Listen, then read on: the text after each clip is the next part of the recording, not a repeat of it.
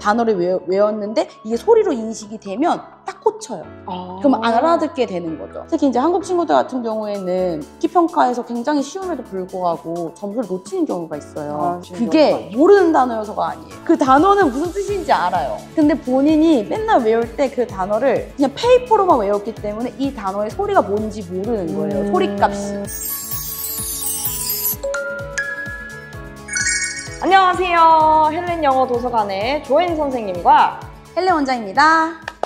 자, 저희가 오늘 소개해 드릴 거는 지난 영상에서 언급했던 이제 엄마표 영어 교육, 가정에서도 할 수 있는 그런 교육 팁들에 대해서 오늘은 소개를 하고자 합니다. 우리 아이 영어 교육, 듣기는 왜 중요한가에 대해서 오늘은 이제 설명을 하고 이제 어떤 교육 팁들이 있는지 대표님께서 이제 설명을 해주시면 될 것 같습니다. 알겠습니다. 자, 듣기는 언제쯤 교육을 시켜야 이게 좀 좋을까요? 그러니까 사실은 이거는 조금 정해져 있는 것 같아요. 영어는 언어이기 때문에 아무래도 정말 빠르게 노출돼서 빨리 듣는 게 사실 좋기는 하죠. 최대한 빨리 듣는 게 아이한테는 좋다. 그쵸. 왜냐면 계속 익숙해져야 되니까요. 익숙해지는 게 가장 중요하네요. 네, 맞아요. 아무래도 듣기 같은 경우에는 뭐 듣기뿐만 아니라 언어 같은 경우는 저는 익숙한 게 최고라고 생각해요. 그럼 대표님, 영어 교육에 있어서 듣기는 왜 중요하죠? 듣기 같은 경우에는 영어 듣기, 언어 듣기 굉장히 중요한 이유는 첫 번째는 소리 입력이에요. 소리 입력. 네. 영어, 한국어, 일본어, 뭐 중국어 다 소리가 다 다르거든요. 그렇죠. 걔네들만이 가지고 있는 그 언어만에 가지고 있는 고유한 소리가 다 다른데 그 소리를 계속 듣지 않고 익숙하지 않으면 그 소리가 안 들려요. 어제 같은 경우에도 단어 시험 봤거든요.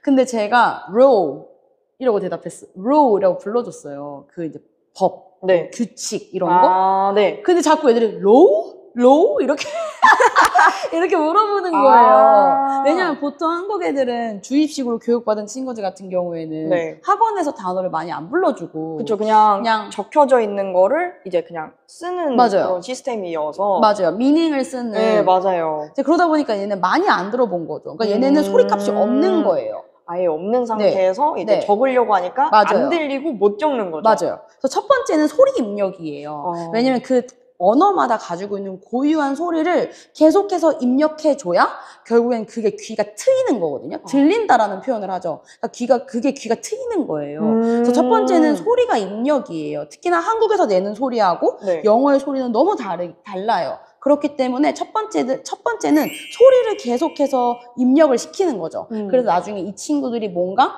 단어를 외웠는데 이게 소리로 인식이 되면 딱 꽂혀요. 그럼 알아듣게 되는 거죠. 첫 번째는 소리 입력을 위해서 이제 보통 그 듣기가 굉장히 중요하다고 좀 표현하고 싶고요. 두 번째 같은 경우에는 아무래도 좀 유창한 스피킹을 하기 위해서. 유창한 스피킹. 그러니까 예를 들면은 제가 이제 일본에서 국제대학을 다녔잖아요. 솔직히 얘기하면 일본 친구들 영어 그 발음 듣기가 조금 힘들 때가 있고, 그러니까 잘 못 알아듣을 때가 있거든요. 근데 그 중에서도 뭐야? 얘 발음 왜 좋아? 또는 일본인인데 왜 영어 잘해? 이런 친구들이 있었어요. 그래서 제가 물어봤어요, 역으로. 너 어디서 유학생활 했어? 이렇게 물어보면 그 친구들이 했던 얘기가 나 유학생활 안 했어. 유학생활 안 했는데 그럼 유창한 영어를. 그러니까 발음도 좀 좋고 일반 일본 친구들에 비해 그 친구들의 공통점을 제가 하나 찾아냈어요. 공통점이요? 미드. 미드로 이제 계속 듣고 그 원어민처럼 발음하려고 노력을 한 거군요. 근데 걔네가 쉐도잉을 하진 않았어요. 근데 쉐도잉을 하진 않았는데 들은 것만큼 내는 거죠. 많이 들어봐야 많이 나올 수 있다라는 거죠. 그러니까 인풋이 어떤 인풋이 들어가느냐에 따라 아웃풋이 나올 수가 있는데 내가 아무것도 들은 없는 백지 상태인데 내가 어떻게 유창한 스피킹이 되겠어요. 뭔가를 내가 따라 해볼 수 있을 만한 무언가 인풋이 들어왔기 때문에 얘네가 그나마 아웃풋을 따라를 해서 내는 거기 때문에 이게 듣기가 굉장히 중요하고 기본이 된다라는 거예요. 그럼 대표님 방금 쉐도잉 그걸 언급을 하셨는데 그러면 듣기 교육에 있어서 쉐도잉 교육도 있을 거고 또 다른 교육 방법이 있을까요? 쉐도잉보다 다른 방법이 있냐라고 물어봤을 때는 사실 듣기를 터득할 수 있는 방법은 굉장히 많아요. 그리고 이미 이미 이제 어머니들께서도 다 한번 보셨겠지만, 뭐, 요 시기 때는 요게 좋고, 요 시기 때는 요 좋고라는 게 되게 많아요. 그러니까, 어찌됐건 언어의 영역은 그냥 전체적으로 고르게 있어줘야 나오는 거이긴 해요. 네. 근데, 이미 나와 있는 그 방법들도 굉장히 좋아요. 듣기 같은 경우에는 특히 조금, 시기 때마다 조금 다를 수밖에 없어요.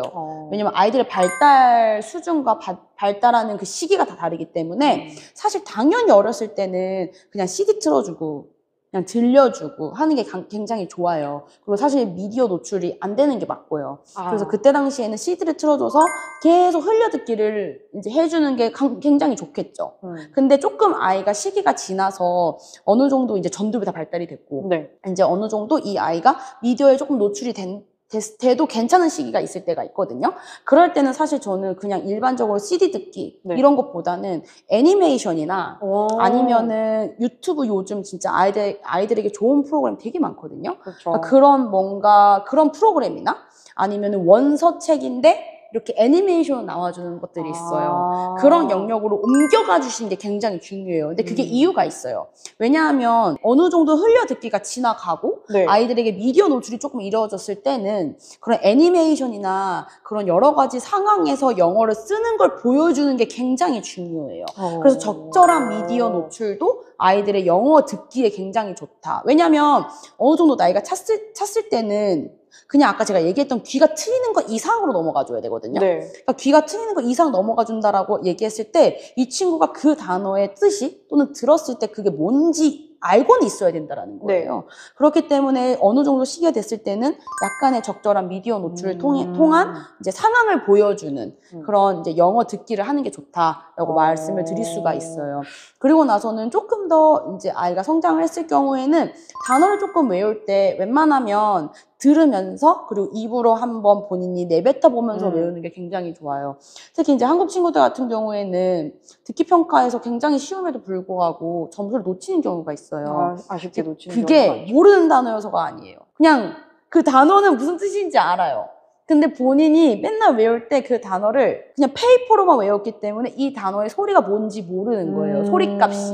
그래서 듣기 평가를 해도 너무 쉬운 단어인데 그게 귀에 들리지 않고 튕겨 나가는 거죠. 어떻게 보면 듣기가 가장 기본적인데도 중요한 그런 영역이네요. 맞아요. 그래서 아무래도 조금 컸을 때는 본인이 단어를 외울 수 있는 시기가 된다. 이제 그러면 당연히 단어를 조금 외울 때 소리를 내서 그리고 소리를 들으면서 외우는 게 굉장히 좋고 또 이제 문장을 전체적으로 듣는 방법을 계속 좀 들으면서 그 문장을 이해하면서 듣는 게 굉장히 중요해요. 그러면은 듣기 다음에는 어떤 영역으로 넘어가야 되나요? 특히 그러니까 사실 어머니들이 계속 그 얘기를 많이 물어보세요. 근데 제가 말씀드렸지만 언어는 reading, listening, speaking, writing 이 4영역이 매끄럽게 조화를 이루어져야 시너지가 나고 포텐이 나오는 거지 이 4영역이 골고루 밸런스가 맞지 않으면 시너지가 날 수가 없어요. 그렇기 때문에 뭐 이 다음에 뭘 중요하게 해야 돼요? 라고 얘기한다면 사실 그거는 그냥 고르게 갖춰줘서 이게 시너지가 날 수 있게끔 만들어주는 게 굉장히 중요하다라는 걸 꼭 말씀드리고 싶어요. 다음 시간에는 스피킹 영역에 대해서 조금 말씀을 드릴 건데 스피킹 영역은 또 조금 다른 영역이에요. 그래서 어떻게 하면 조금 더 효과적으로 할 수 있는지 다음 시간에 한번 정말 꿀팁을 드리는 걸로 하겠습니다. 기대가 됩니다. 그러면 저희는 다음 시간에 말하기 영역으로 돌아오겠습니다. 감사합니다.